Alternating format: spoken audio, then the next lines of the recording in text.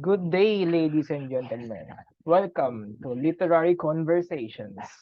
Today we have a special guest who is a student of the Philippine literature. She will help us understand the literature of the Philippines during the Spanish occupation. Please welcome Wella, Autor. Hello, Harry. Thank you for having me on your show. I am very excited to discuss Philippine literature during the Spanish occupation. We are thrilled to have you with us. Wella, can you give us an overview of the Philippine literature during the Spanish occupation? Sure, Harry. The Spanish colonization of the Philippines, which began in 1565, had a tremendous impact on Philippine literature. During this period, much of the literature produced in the Philippines was in the Spanish language. Literature at this time was used or utilized as a platform for the Spanish government to promote Catholicism and proliferate Spanish culture among the Filipino people. However, Filipino writers also utilize literature as a platform or as a medium of resistance against the colonial regime and to express their views, their ideals, and opinions about social and political issues. That's fascinating. That's fascinating. Can you tell us more about the characteristics of literature during this period? The literature produced in this period reflected the social, the political, and the cultural realities of the Philippines. Most of the literature was written in Spanish, with some works written in Tagalog and other Philippine languages. Spanish language literature was characterized by the use of poetic forms such as sonnets and villanelles and religious themes such as morality plays and dramas. Some of the most notable works of this period were written by Jose Rizal, Francisco Balagtas, and Graciano Lopez Haina. Can you give us some examples of famous works of literature during the Spanish occupation of it? For example, by Jose Rizal, Yeah. certainly, Harry, one of the most famous works of literature during this period was Jose Rizal's Noli Me Tangere. It is a novel that exposed the abuses and corruption of the Spanish colonial government and the Catholic Church. Another well-known work is El Filibusterismo, which is also a work of Jose Rizal that is a sequel or continuation of Noli Me Tangere, and it explores the causes of the Philippine Revolution in 1896. We also have Florante at Laura, written by Francisco Balagtas. So it is one of the most notable works of this period. It is a romance epic poem written in Tagalog, and it explores the themes of love, honor, and loyalty. That's interesting. So, what would you say is the legacy of the Philippine literature during the Spanish occupation? The legacy of the Philippine literature during the Spanish occupation is that it helped to shape the Filipino identity and inspire a sense of patriotism and nationalism among the Filipino youth and the preceding youth as well, or generations. It also paved the way for the development of Philippine literature in the modern era. Most of the writers acknowledge the very importance, the very techniques and strategies utilized by the former or the previous writers, no, in their writing styles. So the works produced during this period are still studied and revered today as an important part of Philippine history and culture. Moreover, the influence of Spanish culture and on Philippine literature can still be seen today, especially in the use of Spanish loanwords in the Filipino language or hiram na salita. And most of our words or number system are also embedded or the Spanish language is also reflected on our number system. Thank you so much, Wella, for shedding light on the Philippine literature during the Spanish occupation. It was truly insightful to learn about the rich history and legacy of literature during that time.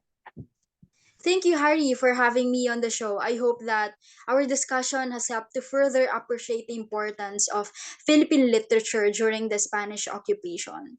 There's more to our literature than what's visible to the eye. That's true, Wella. That's very true. So I hope you guys learned something new from us. And now we are moving on to the reporting session.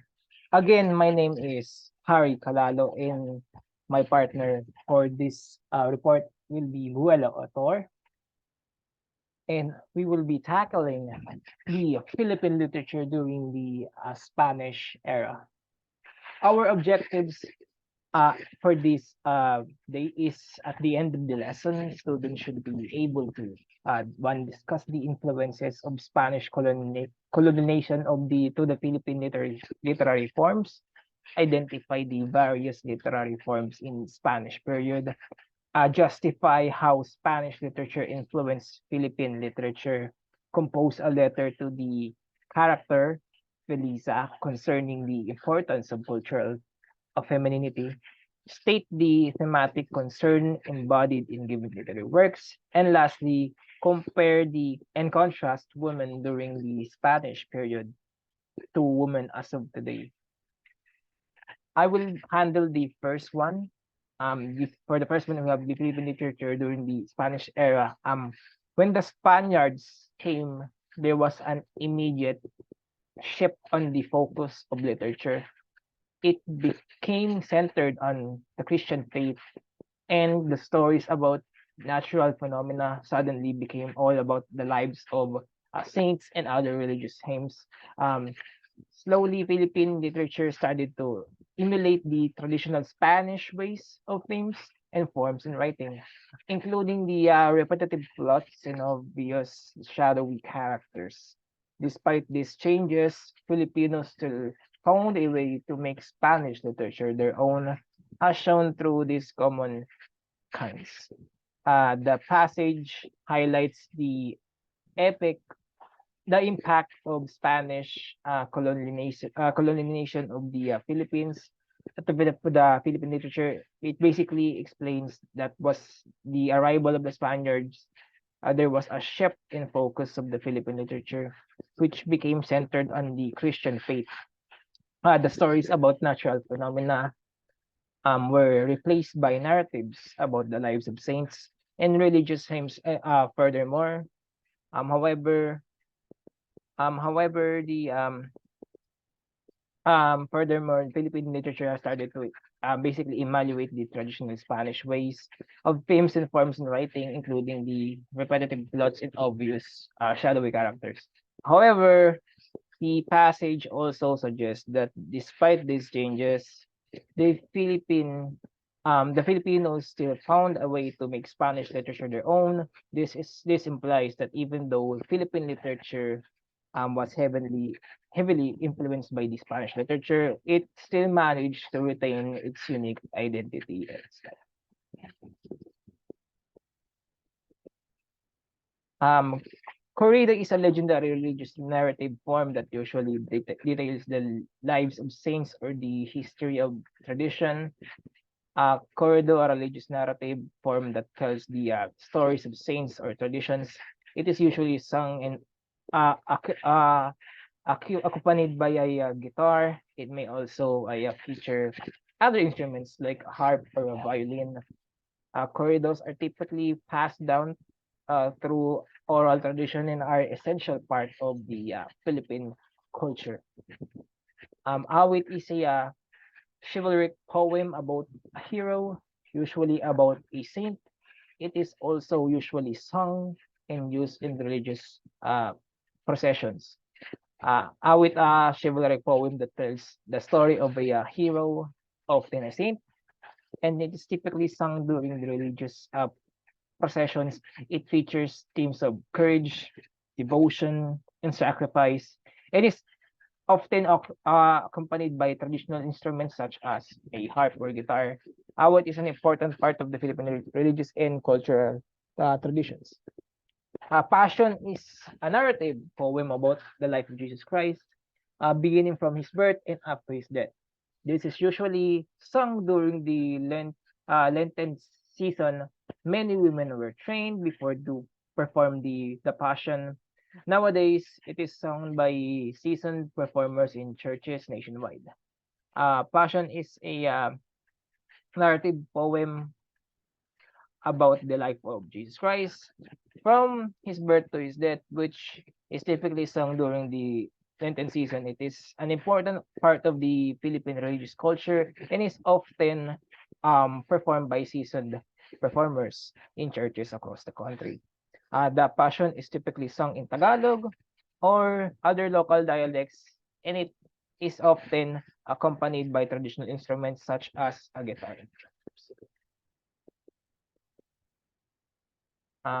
For this one, I would pass the floor to my partner, Wella. Take it away, Wella. Thank you, Harry.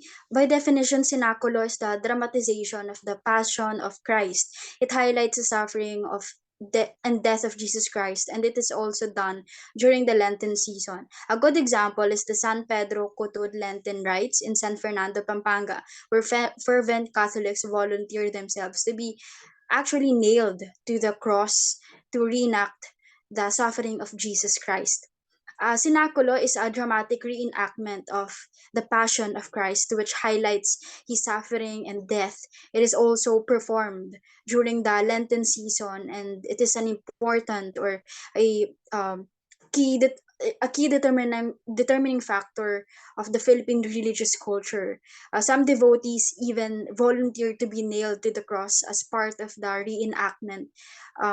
The San Pedro Cotod Lenten rites in Pampanga as one of the many examples, or it's one of the most popular and well-known sinaculos in the country. Next, we have the Moro Moro, or the Comedia de Caper y Espada. Is a blood and thunder melodrama depicting the conflict of Christians and Muslims. It is usually about the battles to the death and the proofs of faith. Okay, a Moro Moro, it is a blood and thunder melodrama stated in the passage. It depicts the conflict between Christians and Muslims. It often features battles to the death and tests of faith. Moro Moro is also an important part of the Philippine cultural and um, lit, Philippine cultural and linguistic heritage, and has been performed for generations. Next, please. Next, we have Carillo. Carillo is a play that uses shadows as its main spectacle. This is created by animating figures made from cardboard, which are projected onto a white screen. So, Carillo is a type of play that uses shadows as its main spectacle. It is created by animal or um, lively figures or animating figures made from cardboard, which are projected onto a white screen. Carillo is a popular form of entertainment in the Philippines, and it is often performed during festivals and special occasions. This is usually performed. This is performed still in the modern period, as evident in Pilipinas Got Talent. Um, a certain group, I think I forget the specific title of the group or name of the group, but they feature Carillo as their talent or as their very act. Next we have is the Bag. It is a dramatic reenactment of Saint Helena's search for the Holy Cross. Saint Helena is the mother of Constantine and is oftentimes credited to have influenced her son to be the great Christian leader he is known for today. She is also well known to have traveled to Syria to look for the relics of Jesus Christ's cross, the one that was used in his crucifixion. It is also widely believed that she found it in the same country. So, Atibag, it is a dramatic reenactment of Saint Helena's search for the Holy Cross, which is believed to have been used or utilized in the crucifixion of Jesus Christ. Saint Helena, the mother of Constantine, also traveled to Syria to find the relics of the cross, or um, the residue of the cross. The tibag is likewise an important part of the Philippine religious and historical culture, and it is typically performed during the Lenten season. For the next slide, I am passing the floor to Hari Calalo. Thank you for that, Wella. Duplo or Karagatan are native dramas that are connected to Catholic morning rituals and harvest celebrations. Duplo or Karagatan native dramas that are connected to Catholic morning rituals and harvest celebrations. Duplo is typically performed during wakes and funerals, while Karagatan is performed during harvest festivals. Both forms of drama are important parts of the Philippine cultural um, heritage and are often accompanied by the traditional music and dance with the Filipinos. Next, we have the zarzuela. It's probably one of the most famous forms of entertainment hawk in Spanish era.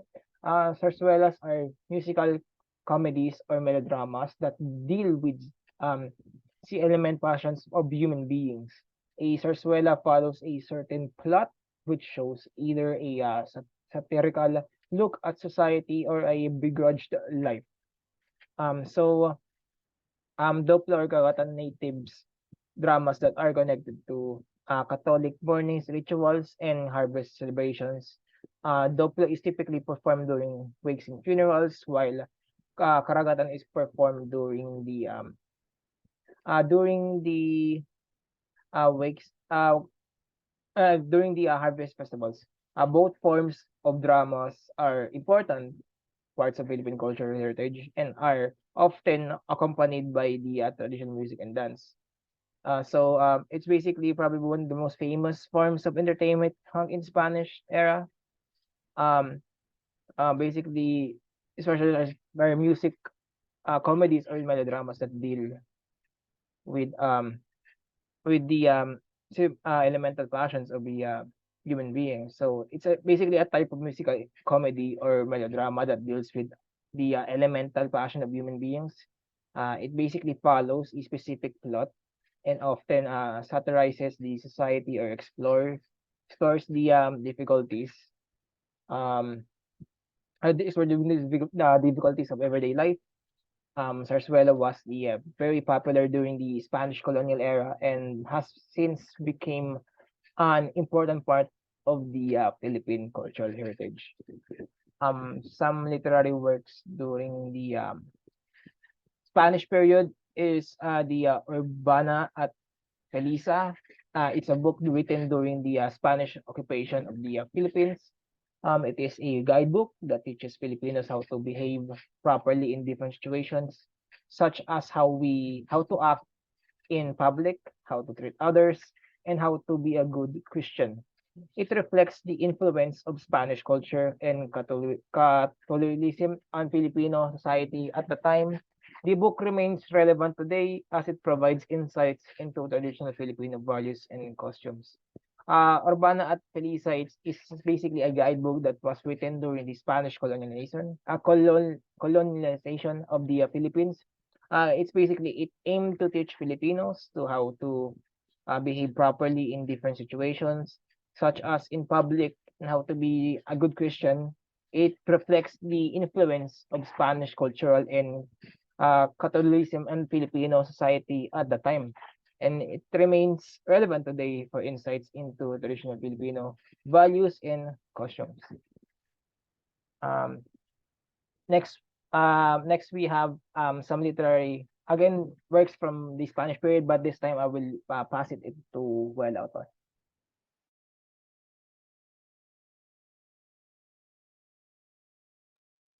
Thank you, Harry, for Florante at Laura by Francisco Balagtas. This is an epic poem written in the tradition of Spanish chivalric poetry.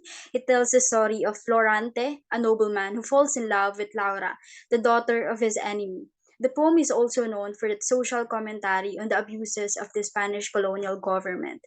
Florante at Laura, it is an epic poem written in the tradition of Spanish chivalric poetry. Actually, the title Florante at Laura is not the actual title of of this novel, because the initial or original title was a very long title, that includes the characters in the story, but later on it was changed to, or it was shortened to just Florate at Laura, to for the spectators or for the readers to easily recall and to abruptly reminisce the very gist of the novel. So it tells the story of a nobleman who falls in love with the daughter of his enemy. So the nobleman being referred in this passage is Florante, and her loved one is Laura. The poem is also known for its social commentary on the abuses of the Spanish colonial government, because this was also written during the Spanish period, where abuses, exploitation to the workers, the Filipino people, are prevalent. So it is considered as one of the greatest works on Philippine literature, and its enduring popularity speaks to its relevance even in modern times. Today, it is still being reflected and studied by by a lot of people, by young people, especially us, during our grade 7, if I'm not mistaken. We tried to make a skit this out of this novel, Florante at Laura, and we tried to make a speech choir out of this. So it is important that we take into account the literature or the literary works written during the Spanish occupation, because as we delve further into these literary works, we will learn a lot. We will learn about the shortcomings of the of the Spanish authorities that time, as well as the experiences of our ancestors and you know maybe to such an extent develop um, appreciation to our historical and cultural heritage. So yeah, that's Florante at Laura, and it's one of the most popular, relevant, and um, I think still timely uh, novel, even in the modern times. Next, Next is Doce Pares de Francia. It is written by Pedro Bocaneg. This is a corrido that tells the story of the 12 Tiers of France, a group of legendary knights in medieval European literature. Bocaneg adapted the story to incorporate the Filipino elements and characters, making it a unique example of how Philippine literature was able to assimilate foreign themes while retaining its own identity. So, Doce Pares de Francia is a corrido that tells the story of the legendary 12 peers of France.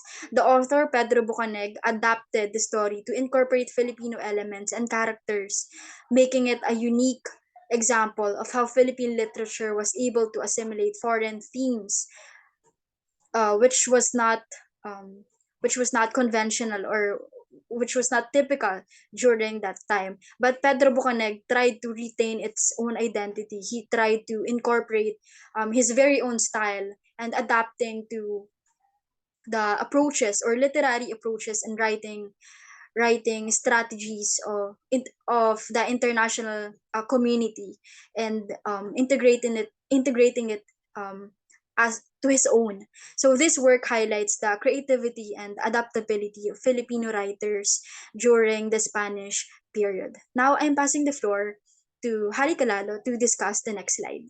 Thank you. Thank you, Wella.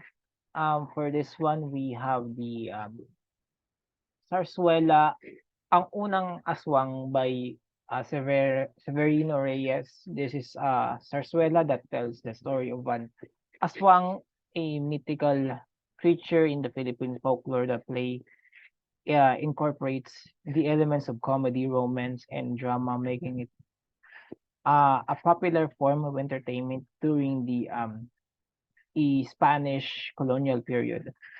So the zarzuela, ang unang aswang is a zarzuela, a form of musical drama that was popular during the Spanish colonial period. The play tells the story of an aswang, a mythical creature in the Philippine folklore. It incorporates the elements of comedy, romance, and drama, making it a popular form of entertainment during the time. This works exemplifies the fusion of Spanish and Filipino cultures that occurred during the Spanish period. Next, we have the Dalit ng Pasyon. This is a collection of song based on the Passion, a narrative poem about the life of Jesus Christ. The Dalit hymn is usually sung during the Lenten season, season during particular during the Holy Week. It is a form of religious expression that has been passed down from generation to generation. So for this one, we have the Passion is basically it basically tells all basically a collection during the basically during the again during the Spanish and the Filipino period when they were going hand in hand together again. Um, is basically a narrative during we're doing about the life of Jesus Christ. It's basically him also. It's basically also only sung in the season of the Lenten. Basically, it's basically only in the Lenten season. It hasn't been sung by anywhere else but that. It's particularly again. It's particularly hold during the Holy Week, and there's a particularly um um um short about that has Filipinos all running up to do it when it's Holy Week. Again, it's a form of passion religious expression that has been passed down from generation to generation, and I hope more people come together for this one as well. So next we have the Nolimi Tangere. Of course, it is well known. This is novel is a scathing critic of the Spanish colonial government and the abuses of the Catholic Church in the Philippines. It is a seminal work in the Philippine literature. It abuses the Catholic Church in the Philippines. It is a seminal work in the Philippine literature and is considered a national treasure. Of course, No Limit Tangere, we all know what this is. Um, um, um, No Limit Tangere basically has one of the is a novel. Basically, these works are just a few examples of how Philippine literature has evolved over time, reflecting the influences of the um, over time, reflecting the influence of different cultures and historical periods. Basically, No Limitang Ray is a novel written by Jose, Philippine national hero Jose Rizal. We all know this. That serves basically a powerful critic of the Spanish colonial government and the Catholic Church's apprehensive rule over the Philippines during the 19th century. The title itself, which means touch me not in Latin, suggests the novel message to leave the Philippines alone and allow its people to be free from the colonial and religious oppression from the Spanish people.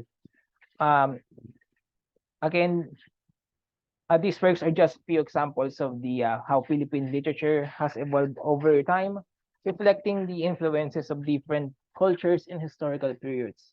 They also demonstrate the resilience and creativity of the Filipino writers and artists in adapting to changing circumstances while preserving their own cultural heritage. This emphasizes how Philippine literature has evolved over time, reflecting the influences of different cultures and historical periods. The literature has shown the resilience and creativity of the Filipino writers and artists in adapting to changing circumstances while preserving their own cultural heritage. This evolution of the Philippine literature can be traced back to the pre-colonial era when the native Filipinos has their own oral traditions and epics with the arrival of different colonizers. throughout the centuries, such as the Spanish Americans and the Japanese. Philippine literature was greatly influenced by their respective cultures, traditions, and languages. Filipino writers and artists during these periods were able to incorporate these foreign influences into their works while maintaining their own unique Filipino perspective. For this slide, I will pass it to Wella Autor for this one. These kinds of Spanish colonial literature show how welcoming your Filipino ancestors were to the Catholic faith. Most of them were happy to be baptized and immediately began to follow Catholicism's tradition and teachings. This faith and belief transcended up until now because the Philippines is the third largest Catholic nation in the world in terms of population after Brazil and Mexico. At the same time, these kinds of literature also help shape the literature that we have today, not only in terms of faith, but also in terms of values or value systems, societal norms, and realizations about life. So this passage or this slide highlights the impact of Spanish colonization or colonial literature on the Filipino culture and how it shaped and value systems um, as well as the societal norms of the country. The Spanish colonization of the Philippines, which lasted for over 300 years or 333 years to be exact. And during this time, the Spanish introduced their religion, their language, their literature, their history to the native Filipinos. So this led to the creation of a new literary tradition in the country, which suffused or which merged the Spanish and Filipino culture, which is still evident in today's literary works. One of the most influential works of the Spanish colonial literature, just a recap, is the Noli Me Tangere or Touch Me Not by Jose Rizal. This novel is a uh, is a revolutionary offers a revolutionary critique of the I mean not really a revolutionary but uh, constructive yet destructive critique of the Spanish colonial regime and its injustices against the native Filipinos, or what they call as Indio. It also exposed the corrupt practices of the colonial government, the hypocrisy as well of the Catholic Church, and the exploitation of the native population. So this novel also played a very crucial role in awakening the nationalist sentiments or the nationalistic fervor among the Filipino people and among the youth. And it also paved the way for the Philippine Revolution against the Spanish period. Next slide, please. Despite being colonized, most Filipinos back then still treasured the old myths and folklores of their ancestors. One of these is Jose Rizal. Even though he is an ilustrado, a Filipino student educated abroad, he still firmly championed the literature of pre-colonial Philippines and had also spent time researching on them. This is his retelling of a famous mysterious maiden who once lived in the mountains of his hometown. So this passage emphasizes how Filipinos during the colonial period continued to cherish their own mythical stories, their own narratives, their own folklores, despite being colonized and despite being subject to exploitative and corrupt practices by the government or the Spanish authorities. They also recognized the value of their own cultural heritage and actively sought to preserve it. Jose Rizal being an example, despite being an ilustrado despite being an ilustrado and despite being educated abroad, he still remained connected to his Filipino roots and championed the literature of the pre-colonial Philippines. He recognized the importance of preserving the country's cultural heritage as a means to progress, no, as a means to awaken his his constituents or his co-member or co-Filipinos. It's also served as an avenue for asserting its identity and national independence. So one of one example of a pre-colonial Filipino myth that has been preserved is the story of the sari manok. We still have this today, and this is still prevalent. So this is a mythical bird that symbolizes good fortune and the prosperity in the Filipino culture. The sari manok is often depicted in traditional art, and it is also a common motif in various indigenous crafts. So despite being colonized, um, the Filipino people, our ancestors, still manage to preserve, their literary cultures, or their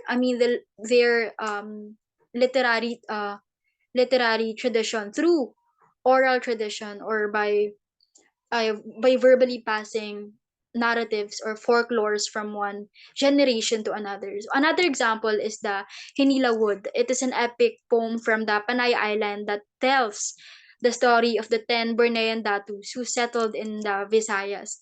So this epic is considered one of the longest and most complex literary works in the pre-colonial Philippines, and has been preserved through oral tradition.